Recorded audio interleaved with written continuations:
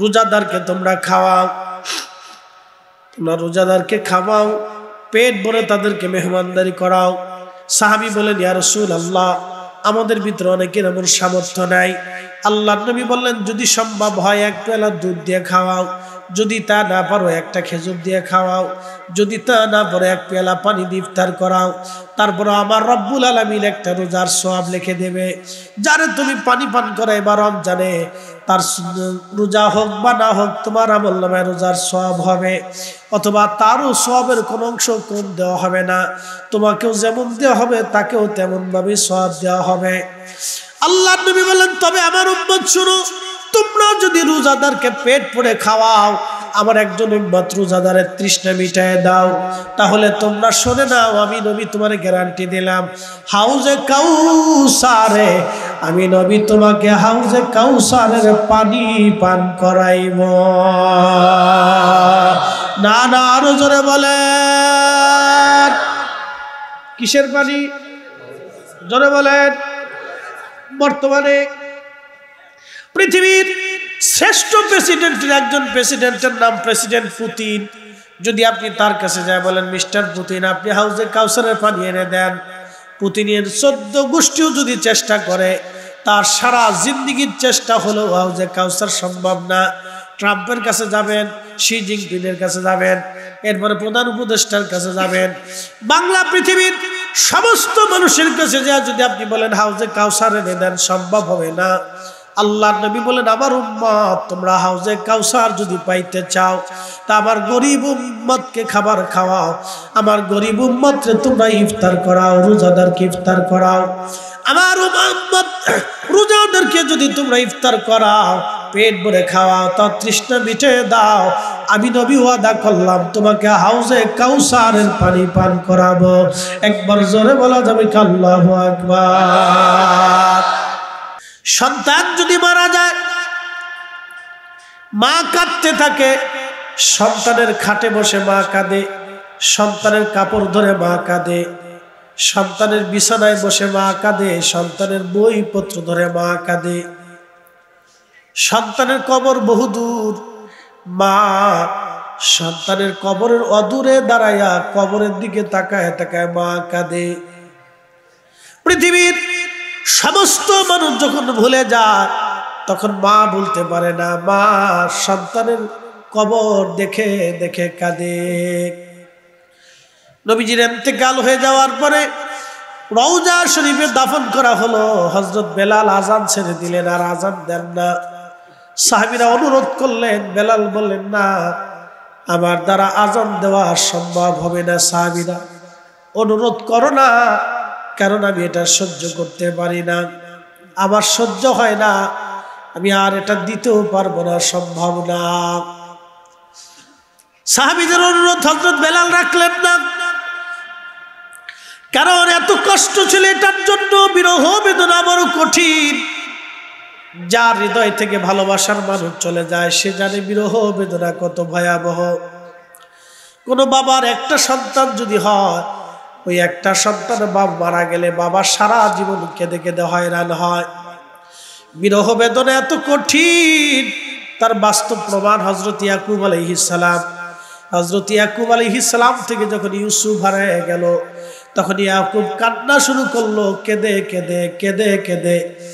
ইউসুফের বিরহ বেদনা সহ্য করতে না পেরে ইয়াকুব কেঁদে কেঁদে চোখের পানিগুলি পড়ে পড়ে চোখ সাদা হয়ে গেল। হযরত নূহ নবী 850 বছর পরে কাঁদলেন, আদম সফিউল্লাহ 350 বছর পরে কাঁদলেন। এটার নাম বিরহ বেদনা। বিরহ বেদনার জন্য যুগে যুগে কান্নার অনেক ঘটনা এসেছে। হযরত বেলাল কান্না করেন, রাসূল কারীমের রওজা শরীফ দেখলে বেলাল সহ্য করতে পারেন না, তিনি খুব কান্নাকাটি করেন, পাগল পারা হয়ে গেলেন। ওনার সহ্য হতো না, কারণ এটা বিরহ ব্যথা, বিরহ বেদনা, বিরহ বেদনা। হযরত বেলাল বিদায় নিয়ে তিনি রওনা করলেন সুদূর সিরিয়ার দামেস্কে চলে গেলেন। গভীর রাত, বহুদিন পার হয়ে গেল। একদিন স্বপ্ন দেখতেছে রহমতের নবী সিরিয়ার দামেস্কে বেলালের কুঁড়ে ঘরে তাশরীফ এনেছে। নবীজি ডাক দিলেন, বেলাল কেমন জুলুম তুমি আমার সাথে শুরু করছো রে বেলাল, আসো আমি নবীর জিয়ারতে আসো। বেলাল, বেলাল রে এ কেমন জুলুম শুরু করছো তুমি রে বেলাল, আয় আমি নবীর জিয়ারতে। ইমাম তাকিউদ্দিন সুবকি লেখেন, বেলাল রাদিয়াল্লাহু আনহু ঘুম ভেঙে গেল। ঘুম ভেঙে যাওয়ার পরে তিনি সুদূর সিরিয়ার দামেস্ক থেকে রওনা হলেন। কারণ নবীজি বলেছেন, মান রাআনি ফিল মানামি ফাকাদ রাআল হক, যে স্বপ্ন আমাকে দেখলো সে বাস্তব আমাকে দেখেছে। কারণ আমি নবী নিজে স্বপ্নে আসি, আমি নবীর ছবি আসে না, আমি বাস্তবে আসি। আল্লাহ নবী বাস্তবে আসে, কিয়ামত পর্যন্ত নবীর স্বপ্ন থাকবে। উসমান গনি জিন্নুরাইন সকালবেলা বসে বসে কোরআন শরীফ পড়তেছিলেন।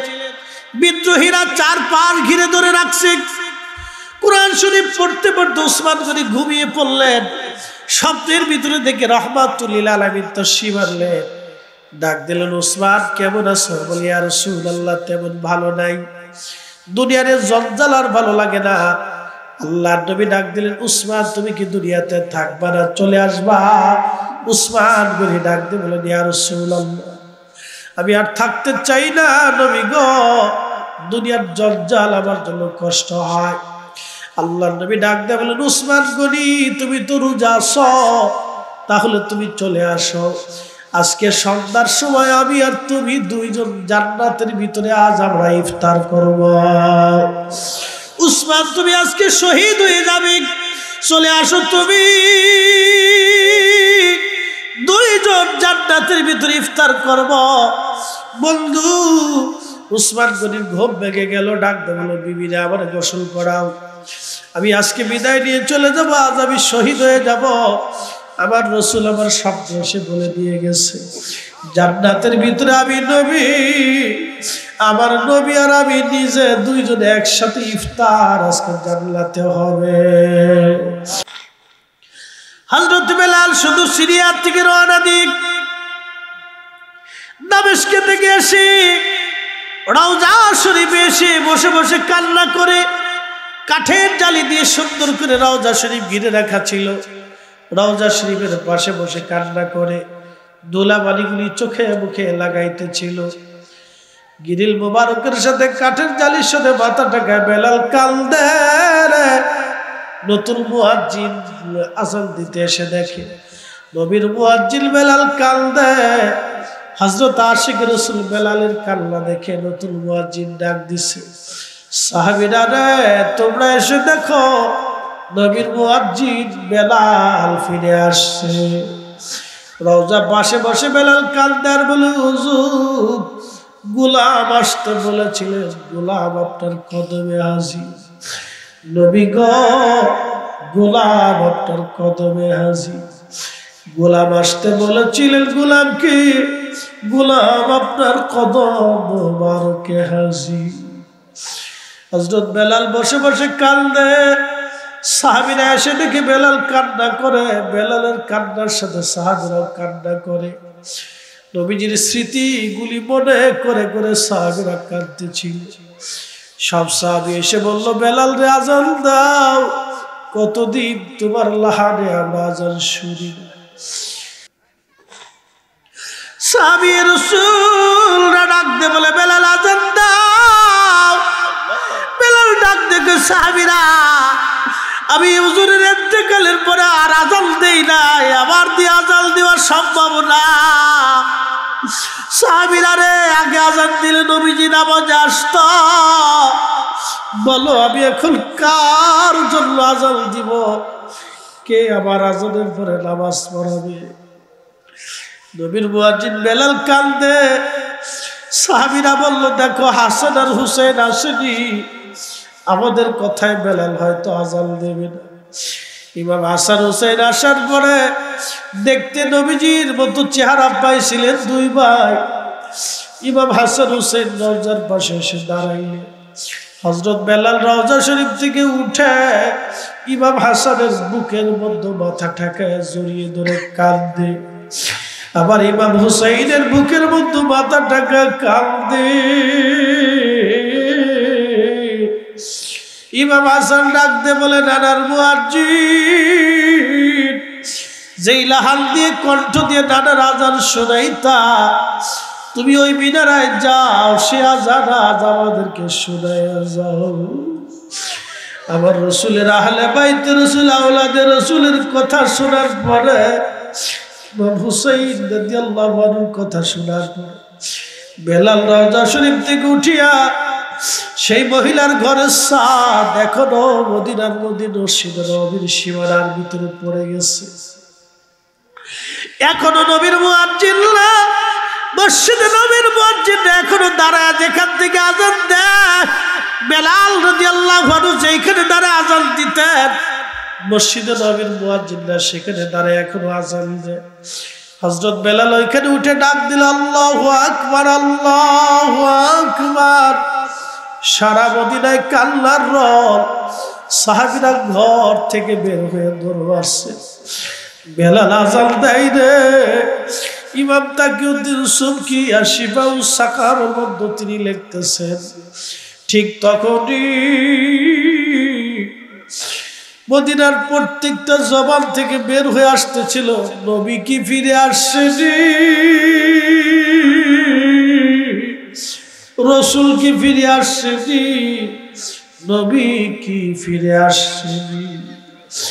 আমি জানি প্রেমে পাগল সে তো মদিনা, ওরে প্রেমানলে পুরে মরি, প্রেমানলে পুরে মরি, ওহে রব্বানা।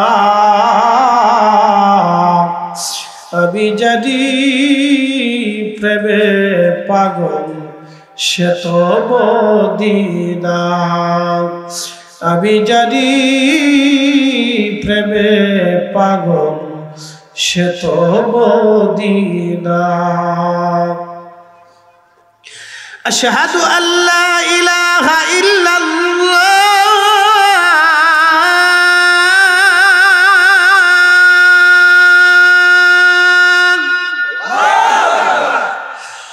আশহাদু আল্লা ইলাহা ইল্লাল্লাহ।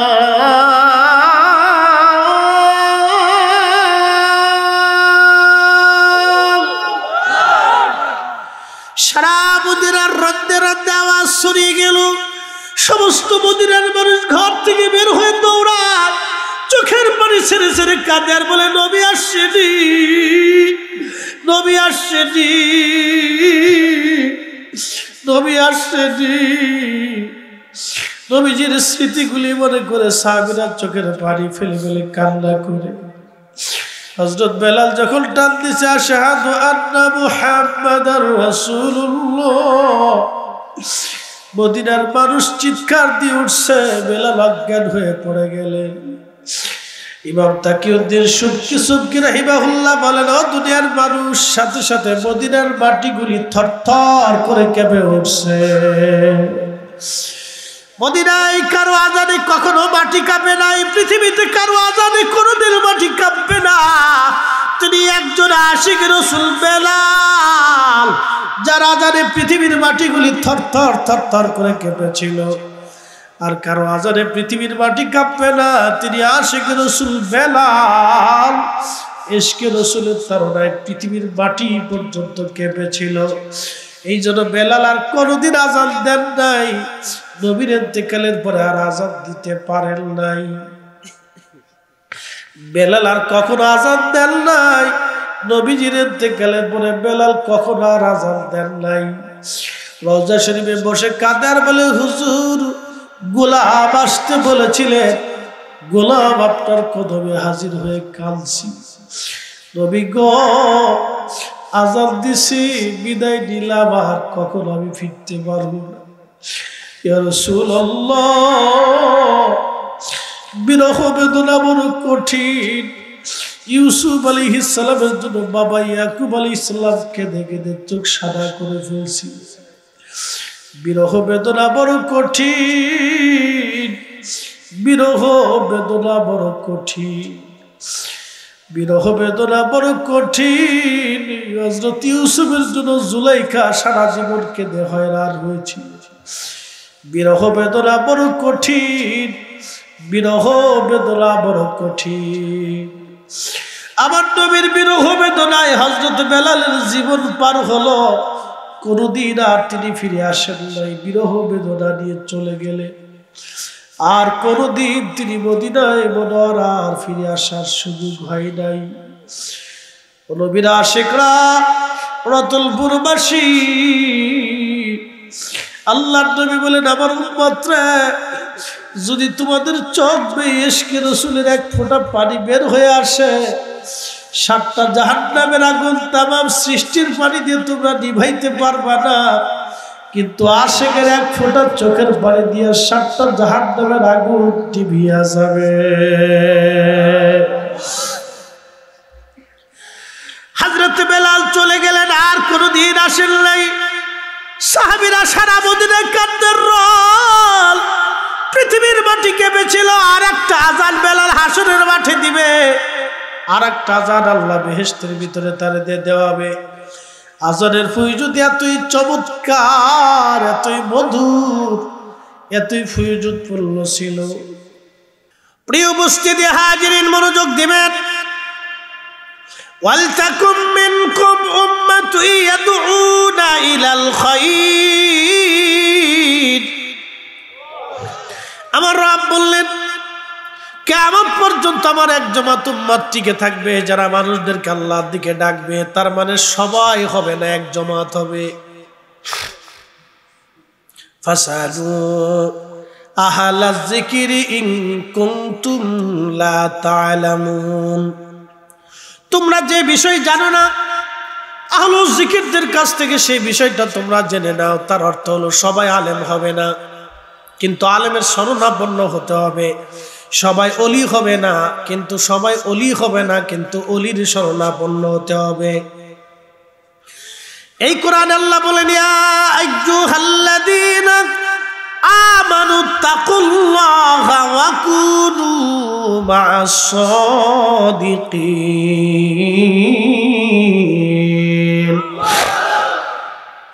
আল্লাহ বলেন, হে ঈমানদার, তোমরা আমি আল্লাহকে ভয় করো। শুধু ভয় করলে হবে না, তোমরা আমি আল্লাহকে ভয় করার সাথে সাথে অকুনু মা'আস সাদিকিন, আমার সাদিক যারা আছে তাদের সোহবতে চলে যাও। আমার অলিদের মজলিসে তোমরা বসিয়া যাও, আমার অলিদের মজলিসে তোমরা বসো, আমার অলিদের শরণাপন্ন হও।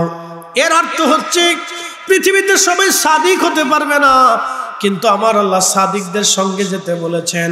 সবাই সাদিক হতে পারবে না, সবাই সালি হতে পারবে না, সবাই অলি হতে পারবে না, কিন্তু আমার আল্লাহ অলিদের সঙ্গী হতে বলেছেন।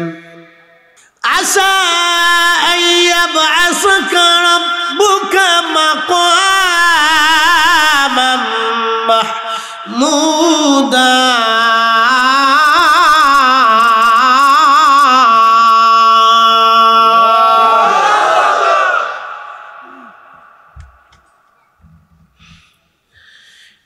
এই কোরআনে রব্বুল আলামিন একজনকে মেহবুব বানিয়ে দিলেন, তিনি আমার আল্লাহ। বলেন, হাবিব,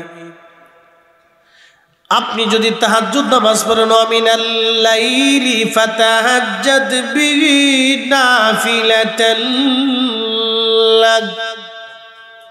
নবী গো, তাহাজ্জুদের নামাজ যদি আপনি পড়েন, হাবিব, আমি রব্বুল আলামিন আপনাকে একটা পুরস্কার দিব।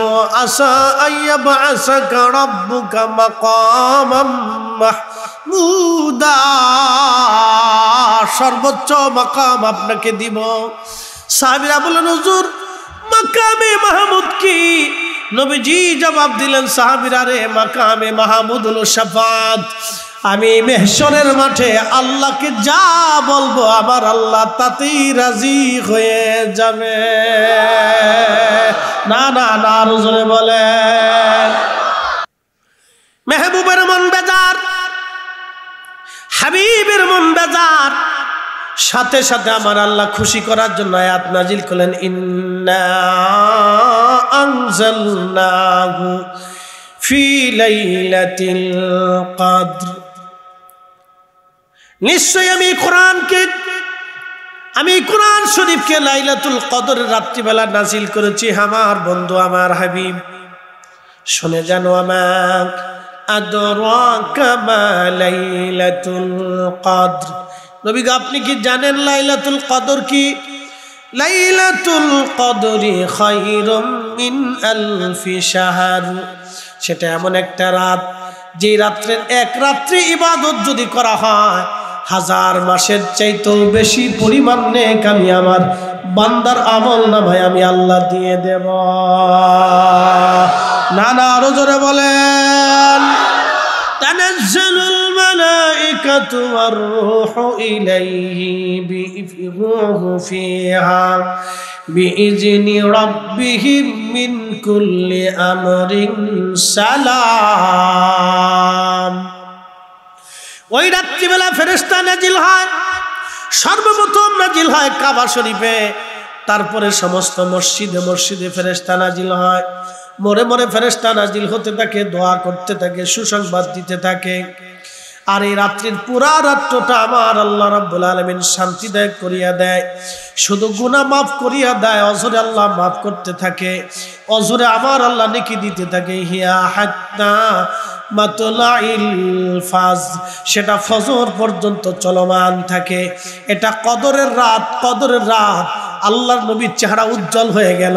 নবীজি ডাকতে বলেন, সাহাবীরা রে, চিন্তা করিও না, আমার উম্মত এক রাত্রি বেলায় ইবাদত করলে 1000 মাসের চাইতেও বেশি নেকি আমার উম্মতের আমল নামায় আল্লাহ দিয়ে দেবে।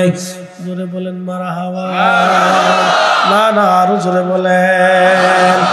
এখন মনোযোগ দেন। রমজান আসলে আমাদের দেশের লক্ষ লক্ষ হাজিরা ওমরা করতে যায়, কি যায়নি? বর্তমানে এই বছরে মিনিমাম 50,000-এর উপরে হাজি রমজান মাসেই শুধু যাবে ওমরা করার জন্য বাংলাদেশ থেকে। আচ্ছা, যারা ওমরা করতে যায় তাদের সবাই কি গরিব? আসতে বলেন কেন, জোরে বলেন। এই থানার নাম কি? মাধবপুর না? আচ্ছা, মাধবপুরে কি 1000 ধনী ব্যক্তি আছে না? কত হাজার?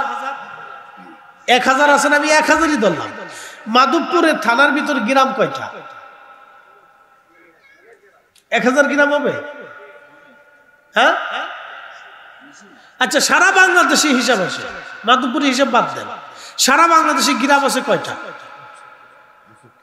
68, 70, 87,000 কি বাড়ছে নাকি? আচ্ছা, 68,000 গ্রাম। গ্রাম তো বাড়ার কথা না। 68,000 গ্রাম, ধরেন 70,000 গ্রাম। সারা বাংলাদেশে ধরেন আপনি 70,000 গ্রাম আছে। সারা বাংলাদেশে ধনী আছে কত লাখ? হিসাব ছাড়া না? হিসাব ছাড়া ধনী আছে। আচ্ছা, সারা বাংলাদেশে 70,000 ধনী আছে, আমি ধরলাম 70,000-ই আছে। এক এক ধনী যদি এক একটা গ্রামের বরাদ্দ নিয়ে বলে ওই গ্রামে যতগুলি গরিব মানুষ আছে আমরা তাদেরকে রমজান আসলে খাবার দিব। আপনি চিন্তা করেন, রমজানে কি কোনো গরিব মানুষের কষ্ট করতে হয়? দেয় না। আনে সিরা কাপড় লাস্টে 150 টাকার লুঙ্গি, 200 টাকার পাঞ্জাবি, 300 টাকার 3 পিস।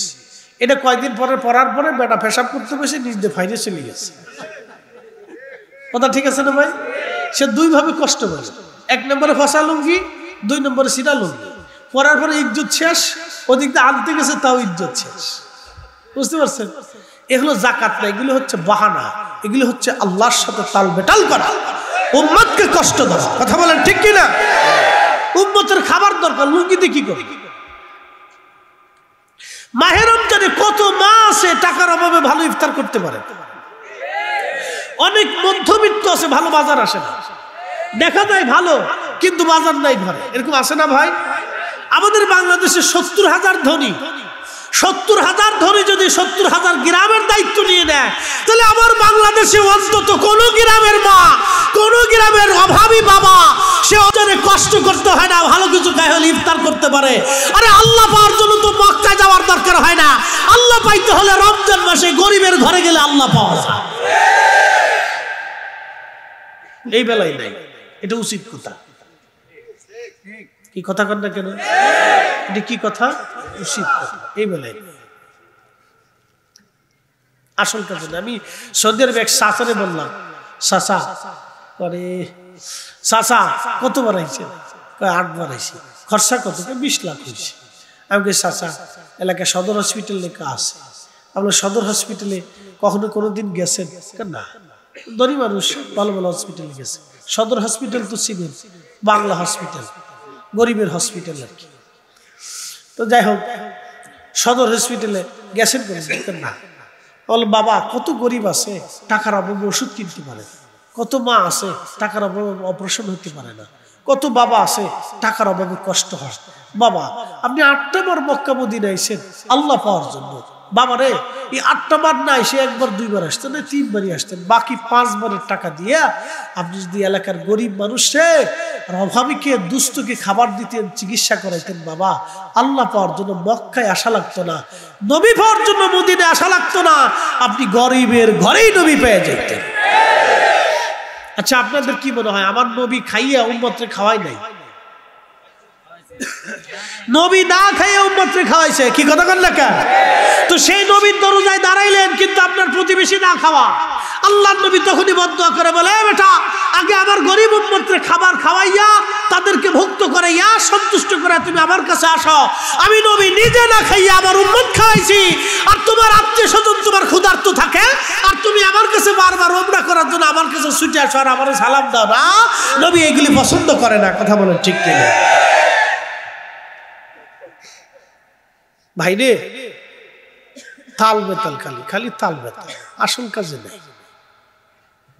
আর আমাদের দেশে একদল আছে খালি ফতোয়া মারে, মিলাদুন নবীর তাবারক খাইলে কয় হেরা তাবারকের লোভে সিন্নির লোভে গেছে, আমরা কয় সিন্নি। কে তুমি খাওয়াইতে পারো না? তোমার ব্যর্থতার কথা। আমরা খাওয়াইলে তোমার শরীরে জ্বলে কে? কি প্রশ্ন আছে না ভাই? আমরা খাওয়াইলে তোমার শরীরে জ্বলাজ্বলি করবে কেন? কি জন্য করবে? আমরা খাওয়াইলে তো আল্লাহর বান্দারে খাওয়াই। কথা ঠিক আছে না ভাই?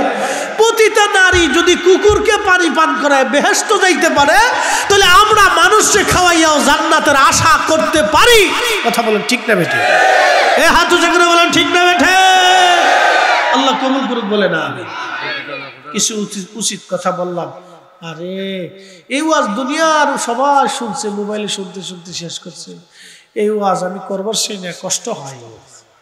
বেলালের ওয়াজ শুনছে ওলা বল, আপনারা দিয়ে ঠিক কর জ্বালাতেছে না, এটার ওয়াজ শুনছেন অনলাইনে। শোনেন, আমি আপনাদেরকে একটা কথা বলি। এই ওয়াজটা আমরা দরবারে মুখ করছিলাম, আমার দরবারে। আমাদের দরবারে তো সারা বাংলাদেশ থেকে লক্ষ লক্ষ মানুষ, লক্ষ লক্ষ পাগল আসে। তো ওই মজলিসে করার পরে ওই স্টেজে এই মজলিসে একজন মারা গেছিল ওয়াজ শুনতে শুনতে। এটা আমার জীবনের এক মকবুল ওয়াজ। আমি জানি যে যতই বিরোধিতা করুক, ভুল ধরুক, কোনো ভুল টুল নাই, এটা আজানে।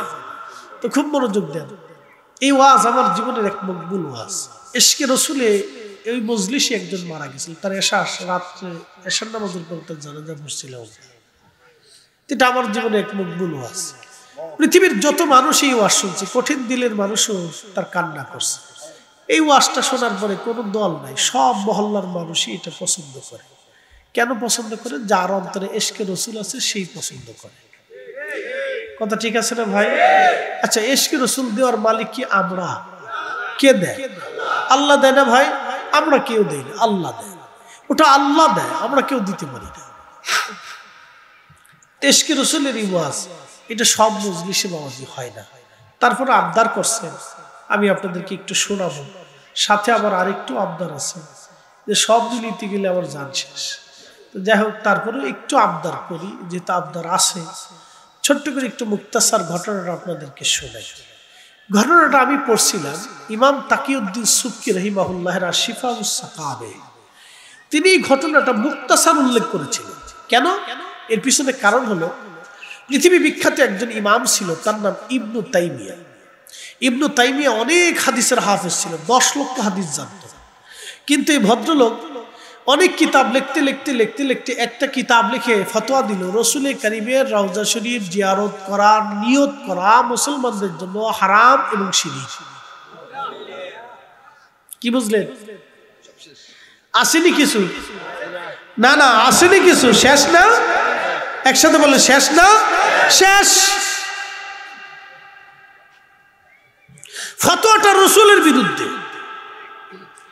ঠিক তখন ইমাম তাকিউদ্দিন সুবকির এশক জ্বলে উঠল। তখন তিনি মিশরে বসে ফতোয়া লিখলেন, সিরিয়াতে বসে ফতোয়া লিখলেন ইবনে তাইমিয়া, আর মিশরে বসে ফতোয়া লিখলেন ইমাম তাকিউদ্দিন সুবকি রাহিমাহুল্লাহ। তিনি আশিফা ও সাকাম লিখে অনেক দলিল লিখলেন। দলিল লেখার পরে তিনি এই ঘটনাটা লিখলেন যে স্বপ্নে আল্লাহর নবী বেলালকে ডাকতে গিয়েছিলেন। তিনি যুক্তি দিচ্ছেন। ঘটনাটা আল্লামা ইমাম কিরমানি শরহে বুখারীতে লিখছেন, আল্লামা ইমাম জাইলাই নাসবুর রায়ার ভিতরে লিখছেন, শেখ আব্দুল হক মুহাদ্দিস দেলভি মাদারিজুন নবুওয়াতে লিখছেন, ইমাম শামহুদ্দি আল-ওয়াফাউল ওয়াফার ভিতরে লিখছেন, অনেক কিতাবে আছে। তো সব কিতাব থেকে খুঁটিয়ে খুঁটিয়ে আমি একটা সারমর্ম আলোচনা করছিলাম। এটা ছিল আমার এক সারমর্ম আলোচনা। তো খুব মনোযোগ দিয়ে, প্রিয় নবীর ইন্তেকালটা সাহাবীদের জন্য কঠিন ছিল। যেমন সন্তান মারা গেলে মা কাঁদে না? কাঁদে। কেন কাঁদে বলেন তো? মার মায়ার কারণে, ভালোবাসার কারণে মা কাঁদে। রব্বুল আলামিন কুরআনুল কারীমের ভিতরে আমার আল্লাহ আমার রব বললেন, হে আমার বান্দারা শুনে রাখো, কিয়ামত পর্যন্ত আমার এক জামাত উম্মত থাকবে, তারা মানুষদের কিলাল খায়র, ভালোর দিকে ডাকতে থাকবে। একসাথে বলেন মারহাবা। আপনি আয়াত বুঝে যাবেন, ব্যাখ্যা করতেছি।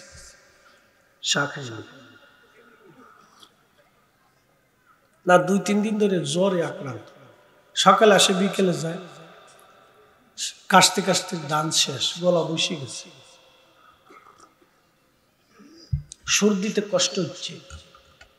কারণ দেশের মানুষ সুরের পাগল, সুরের পাগল। সুর খারাপ না, সুর দরকার। হুজুর কারণ কি? দাউদ আলাইহিস সালামকে আল্লাহ সুর দিয়েছিল, সুরের মুজিজা। এজন্য কেউ যদি সুরের বিরোধিতা বলে, আমি মনে করি এটা কাউয়া।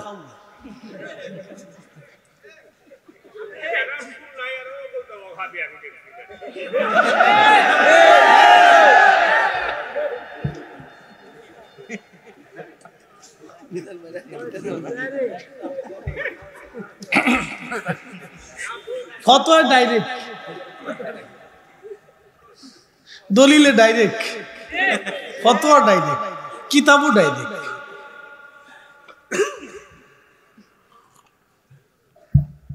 না থাক, সুর সবারই আছে, আল্লাহ যারে দেয় তার আছে। দাউদ আলাইহিস সালামকে আল্লাহ এত সুন্দর সুর দিয়েছিলেন, 70 সুরে তিনি জবুর তেলাওয়াত করতেন। 70 সুর। কয়টা সুর দিতেন? একই টানে 70টা সুর দিতেন। আল্লাহু আকবার। সুরের মোহনা এতই চমৎকার ছিল যে পাখিরা স্টক করে মারা যেত। ইমাম ইবনে কাসির আল বিদায়াতে লিখছেন, পশু ছটফট করে মারা যেত। আল্লাহু আকবার বলবেন না? পশুরা কি করতো? ছটফট করে মারা যেত। সারা রাত তিনি তেলাওয়াত করতেন, সারা রাত তার উম্মতেরা নিঝুম ধরে দাঁড়িয়ে তার তেলাওয়াত শুনতো নামাজে। কখন যে রাত পার হয় নিজেরাও জানতো না। এত চমৎকার কণ্ঠের মুজিজা আল্লাহ দিয়েছিলেন। এই জন্য কণ্ঠের বিরোধিতা যে করে আমি কাউয়া মনে করি, কত ঠিক আছে, তো কাউয়া কোকিল হইতে পারে, বদনসিব, তার বদনসিব। তাম সৃষ্টি আল্লাহর আইনে চলে, অবশ্যই আমরা একদিন আল্লাহর কাছে চলে যাব। কখনো পৃথিবীতে থাকার আর কোনো সুযোগ নাই। আমাদের আগে যারা ছিলেন তারা সব মাটির নিচে চলে গেলেন। 1,24,000 নবী দুনিয়াতে আসছেন। 1 বছর অন্তর অন্তর যদি নবী এক একজন করে আসে, তার অর্থ হলো পৃথিবীর মানব জাতির বয়স 1,24,000 বছর মিনিমাম। নবী 1,24,000। যদি 1 বছর অন্তর অন্তর অন্তর অন্তর নবী আসে, তাহলে পৃথিবীর মানব জাতির বয়স 1,24,000 বছর। যদি 2 বছর হয় তাহলে ডাবল, যদি 3 বছর পর পর হয় তাহলে রিডাবল, যদি 4 বছর পর পর হয় তাহলে আরো, যদি 6 বছর পর পর হয় তো আরো, যদি 100 বছর পর পর হয় তাহলে বলেন তো পৃথিবীর বয়স কত? নবীদের বয়স কত? আদম জাতির বয়স কত? এই এত লক্ষ কোটি বছরে বহু মানুষ কবরে চলে গেছে, ঈমান নিয়ে যেতে পারে নাই। আল্লাহ আমাদেরকে ঈমানের দৌলতে দৌলতওয়ালা বানাইয়া শুধু ঈমানের দৌলতে না, আল্লাহ শ্রেষ্ঠ নবীর উম্মত বানাইলেন। কত বড় শ্রেষ্ঠ নবী, যিনি মেহবুবে আলা। বলে মেহবুব কি? আমি আপনাকে কোরআন থেকে মেহবুব বুঝাই। একজনের 20 বছর পরে ছেলে হয়েছে, ভাই কত বছর? জবাব দিবেন, আমি বুঝে ওয়াজ করি। একসাথে বলেন কত বছর? 20 বছর পরে যার একটা সন্তান হলো সে খুশি না বেজার? আচ্ছা কতটা খুশি আপনি আমাকে বলেন তো? এই খুশির কোনো হিসাব বলে দেওয়া যাবে? এই ছেলেটা কাঁদলে বাবা খুব কষ্ট পায়, মা কষ্ট পায়, অসুস্থ হয়ে গেলে বাবা মা পাগল পারা হয়ে যায়, না জানি আমার এই বাচ্চাটার কি হয়ে যায়, খুব চিন্তায় পড়ে যায়। আর যদি এই বাচ্চাটা হারিয়ে যায় তাহলে আর বাবা মার অস্থিরতার কোনো শেষ নেই। মনোযোগ দিয়ে, সে হচ্ছে বাবা মার মেহবুব। এই বাচ্চাটা হচ্ছে বাবা মার মেহবুব। সে কষ্ট পাইলে বাবার কলিজায় চিন চিন করে ব্যথা ব্যথা, সে ব্যথা পাইলে মার কলিজায় ব্যথা করে। মার বাবা দুইজনে খুব আদরে পরম যত্ন করে এই সন্তানটাকে লালন পালন করে। কারণ কি? মেহবুব। শুনে যান, এই কোরআনে আল্লাহ একজনকে মেহবুব বানিয়েছে। না না হয় না, আর একটু জোরে বলুন, আরো জোরে। মেহবুব একসাথে বলেন কি? আর আমার দেশের ভাইরা তাফসীর করে, আশহাদু আল্লা ইলাহা ইল্লাল্লাহু ওয়াহদাহু লা শারীকা লাহু ওয়া আশহাদু আন্না মুহাম্মাদান আবদুহু ওয়া রাসূলুহু আবদুহু। তাফসীর করতে যায় ভাইরা কয় আল্লাহর দাস, আমরাও আল্লাহর দাস, নবীও আল্লাহর দাস, আমরাও আল্লাহর গোলাম, নবীও আল্লাহর গোলাম।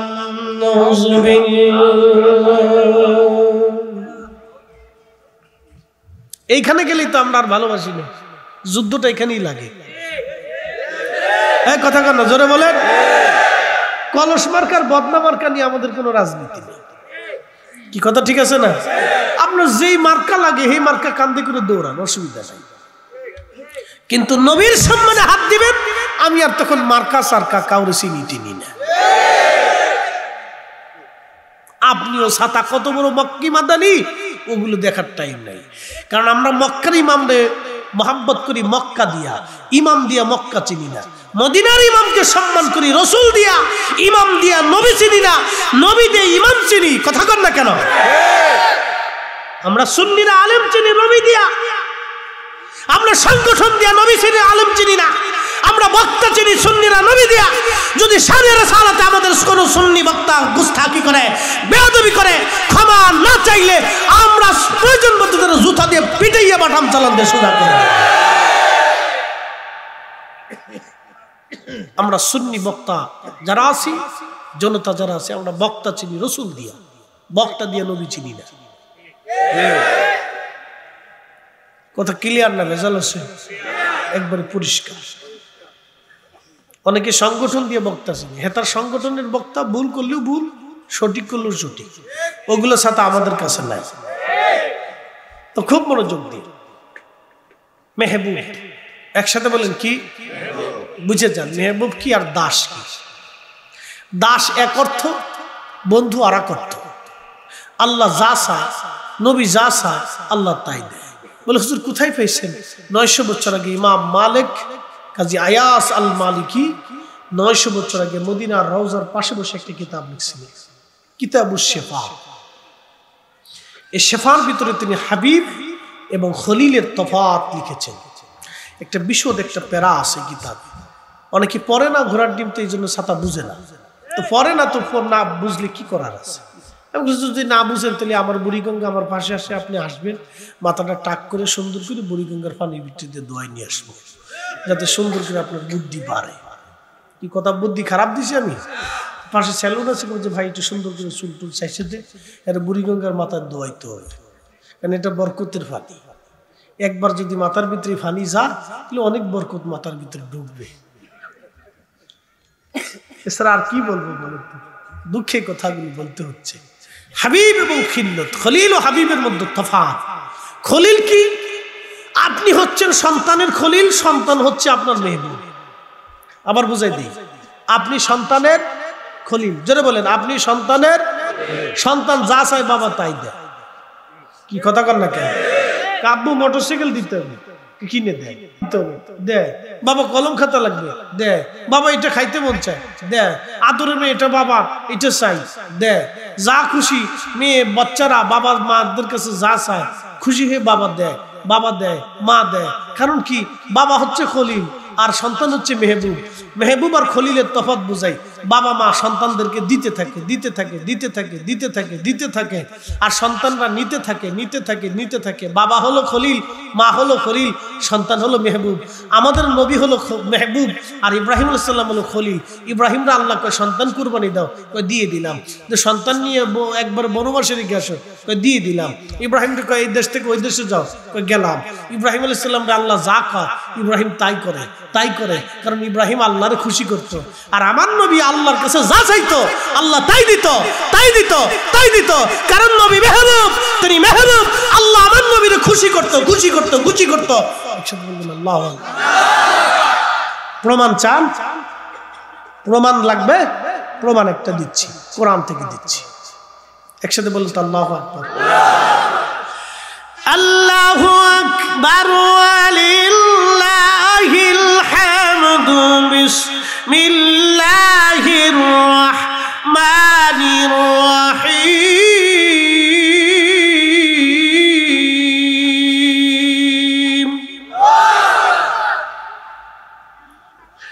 ইন্না আনসালনাহু ফি লাইলাতিল কদর ওয়া মা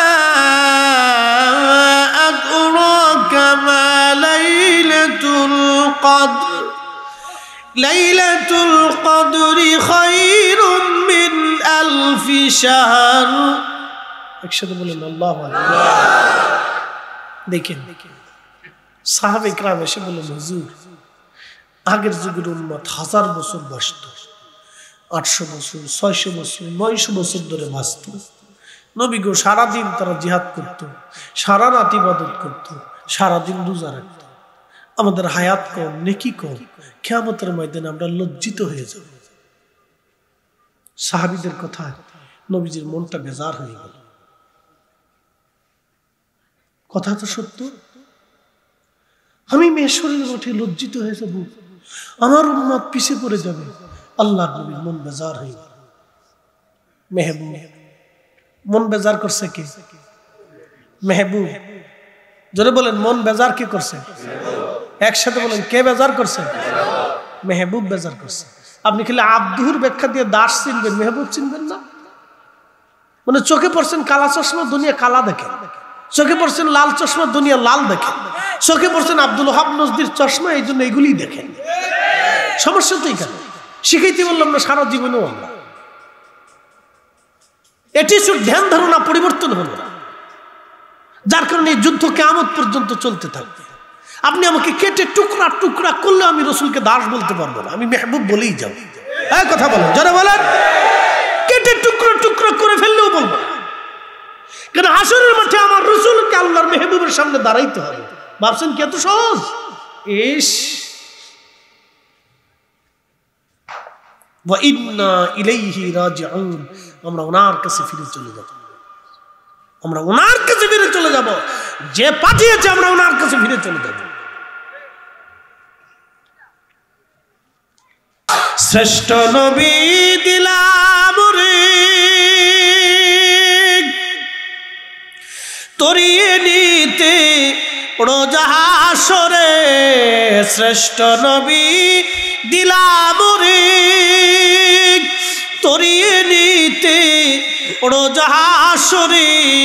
পথ না ভুলি তাই তো দিলে পাক কুরআনের বাণী খুদা তোমার মেহেরবানি সুন্দর ফল মিঠা নদীর পানি খোদা বুঝতে কি কোনো অসুবিধা হয়? তা আল্লাহর নবী আল্লাহর মেহবুব, জোরে বলেন আল্লাহর, একসাথে বলেন আল্লাহর। আর আমরা হচ্ছে আল্লাহ রসুলের মেহবুব। বলে এটা কেমন কথা বললেন? হ্যাঁ, মেহবুব বিধায় স্বপ্নে দেখা করতে আসে, দেখা দিয়ে যায়। কতক্ষণ ঠিক কিনা? মেহবুব বিধায় আমাদের গুনাহ হওয়ার পরেও নবীজি আমাদের জন্য বদদুয়া করে না, দোয়া করে। কি কথা ঠিক কিনা? আমাদের জন্য কি করে? দোয়া করে, দোয়া। কিন্তু আমরা উম্মত গরু চুরি করি, ছাগল চুরি করি, জুতা চুরি করি, সুদ খাই, ঘুষ খাই। কি কথা কর না? মসজিদে জুতা চুরি করে, গাঁজা খা, নেশা খা। তুই গাঁজা না খেয়ে তুই গু খা। ওই কুমিল্লার এক শতান কি নাম দিছে ফির বলে, সেটা বলে ফির হয়েছে। ওর জুতা দিয়ে বাইরে এগুলো ফির আলি শুটাইতো। এগুলো ফির হয়েছে কেন? এতে যদি ফির হয় তো শয়তান কি হইল? শয়তানের তো দুনিয়ার কোনো কাজ নাই। চিন্তা করলো শয়তান, চিন্তা করলো ওরা আমি দায়িত্ব দিয়ে দিচ্ছি, খেলাফত আমি ওরে দিয়ে দিচ্ছি। হ্যাঁ, তাই কি কয় জানেন? কয় গাঁজা তো আল্লাহ বানাইছে, তো যেহেতু আল্লাহ বানাইছে ওতেই আমরা খাবো, অসুবিধা নেই। তো গাঁজা যেহেতু আল্লাহ বানাইছে তাহলে এটা খা। তো গরুর গোবরও আল্লাহ বানাইছে, তুই গরুর গোবর খা। তুই পায়খানা খা, মুরগার পায়খানা খা। কি কথা ঠিক আছে না? তো মুরগার পায়খানা তো আল্লাহ বানাইছে, তো মুরগার পায়খানা খা, এটা খা। শতান কোথা খা? কি যুক্তি দিছি চিন্তা করি। শতানের যুক্তি খুব সুন্দর। গেরস্ত সোরের ধরছে, তো ফিডা সোরে কর ফিডাও কিনলি, তুই চুরি করতে আসিস, তোর কি আদর করবো? আমি যে চুরি করতে এসি তুমি কি জানো না আল্লাহর হুকুম ছাড়া গাছের পাতা নলে না? তা আমি যে চুরি করতেছি আল্লাহর হুকুমই তো আছি, আল্লাহ তো আমার লইছি। সোরেরও দলিল আছে, সোরেরও কি আছে? দলিল আছে। সোরে দলিল না, গেরস্ত আরো জোরে ফিডা। কাবার ফিডাচ্ছ কারণটা কি?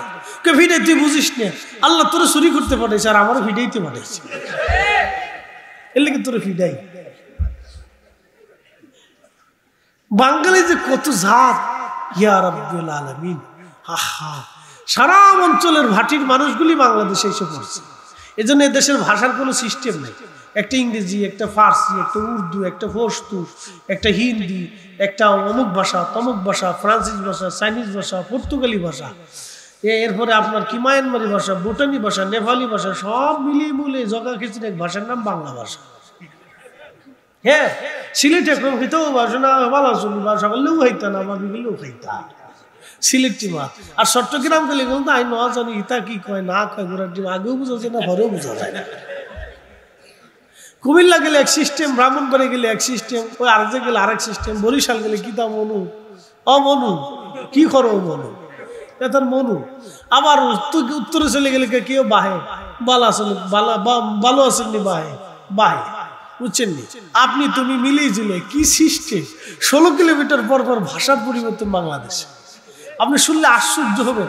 একটা ছোট্ট জনপদ, একটা ছোট্ট জনপদ। এই জনপদ আমি এক বছরে, এই 1.5 বছরে আমি 75,000 কিলোমিটার দৌড়াইছি সারা বাংলাদেশ। এটা শেষ করে ফেলছি, একবারে ভাজা পোড়া করে ফেলছি। আমি চোখ বন্ধ করে বলে দিতে পারি বাংলাদেশের কোন জেলার কোন থানার কোন দিক দিয়ে কোন রাস্তা। হ্যাঁ, আমি বলতে পারি, চোখ বন্ধ করে বলে দেবো দিক দিয়ে এই জায়গায় এই জায়গায় এই জায়গা বলে দিতে পারি। এত দৌড়ান দৌড়েছি। 1.5 বছরে বুঝতে পারছেন প্রায় 1 লক্ষ কিলোমিটার দৌড়েছি। বাকি জিন্দিগি তো পার করে ফেলছি। সামনে যদি আল্লাহ বাঁচান হয় তাহলে আরো দৌড়াবো ইনশাল্লাহ, চিন্তার কোনো কারণ। আমার নতুন গাড়ি বুড়া বানালেছি দৌড়াইতে দৌড়াইতে। এটা মাঝে মধ্যে কথা কয়, হুজুর আমার একটু বিশ্রামে দেন। আমি চিন্তা করিস না, রমজানে তোর বিশ্রাম দিয়ে দেবো, যা শুয়ে থাকবি সারা বছর।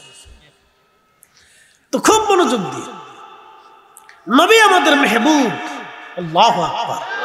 নবী আল্লাহর মেহবুব। একসাথে জোরে বলবেন আল্লাহু আকবার। কার মেহবুব? জোরে বলেন কার?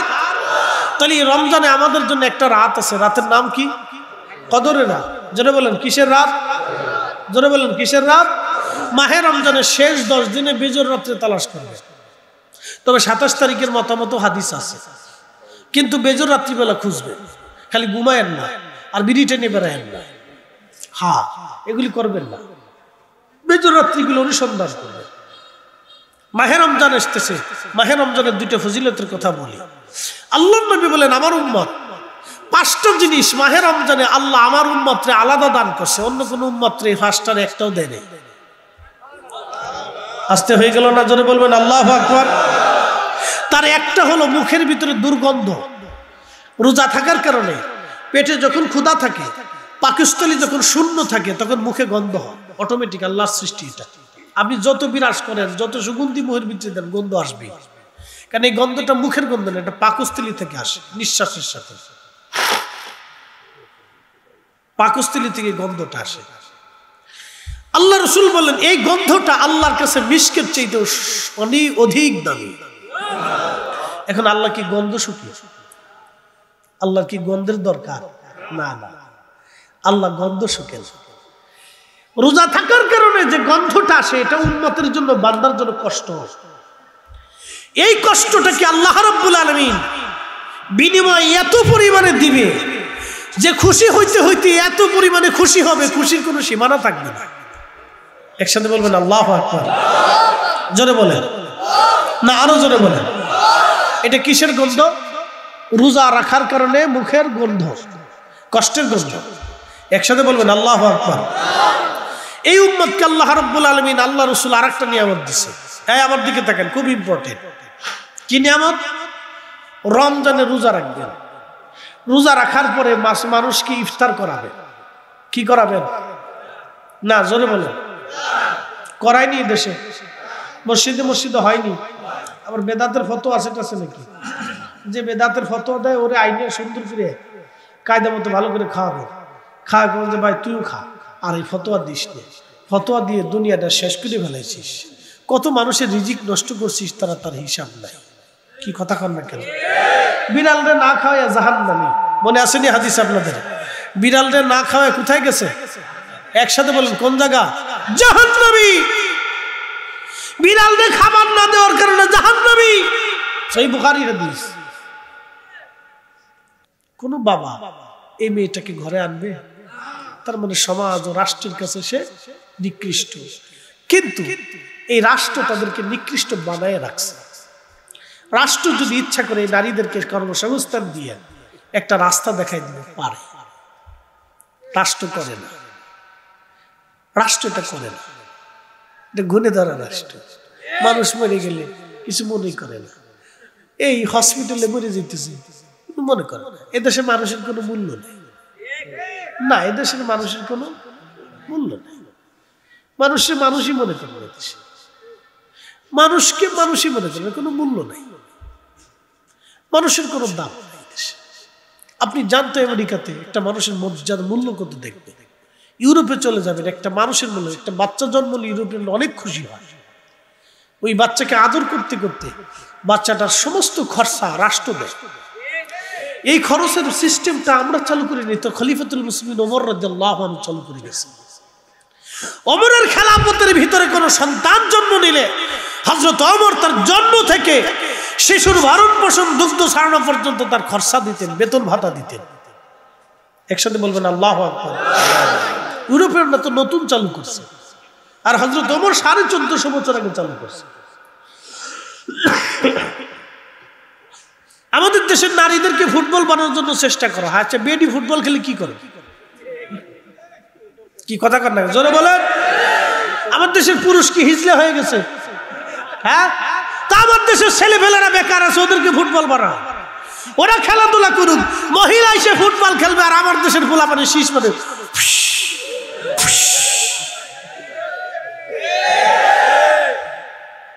নারী মাস্টার হবে, নারী ইঞ্জিনিয়ার হবে, নারী ডাক্তার হবে, নারী প্রকৌশলী হবে, নারী ব্যবসায়ী হবে, নারী আলেমা হবে, নারী হাফেজা হবে, নারী মা হবে। নারী কেন ফুটবল হাফ প্যান্ট পরে ফুটবল খেলতে যাবে? কারণ কেন?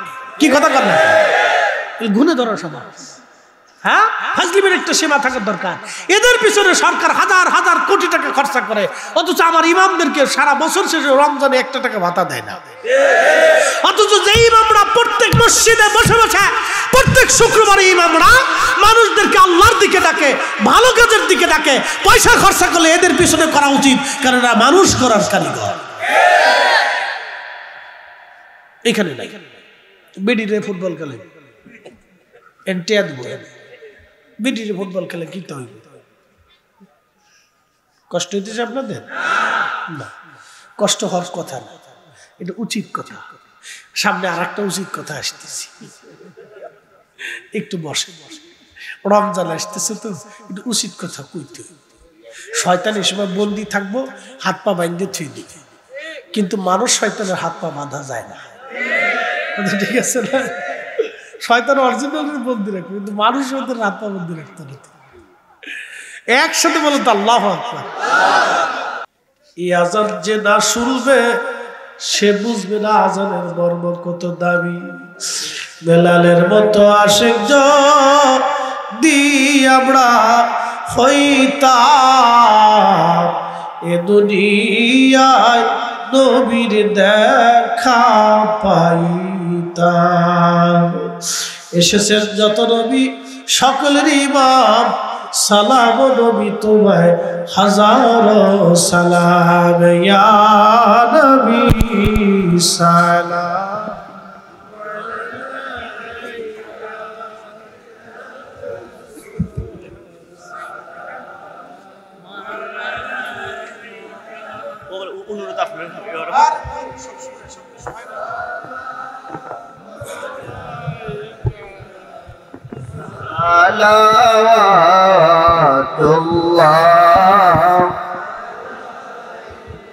আমরারে মরণের কালে নবী আপনাকে নিকটে পেলে থাকবে না মরণ যন্ত্রণা, এই শোধ মনের বাসনা, ইয়া নবী